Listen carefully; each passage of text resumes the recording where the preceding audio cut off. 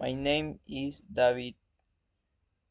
Today, I am going to talk about third numbers of family. First, Theis mother, her name Rosa Carrasco. He is 45 years old, and she is nurse. She is very kind, responsible, and hard working. Her hospital near house. I love my mother because she always helps me. Second, this is my father. His name is Carlos Carrasco.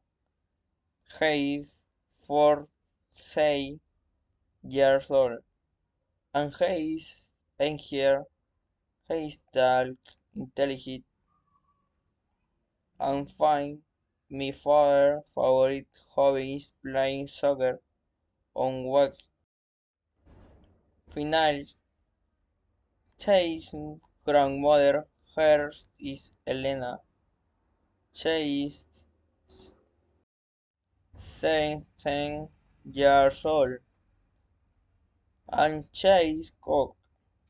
She is very friendly and patient.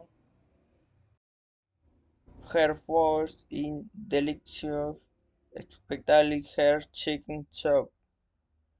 My family is very important to me because they always support and sing and make me happy.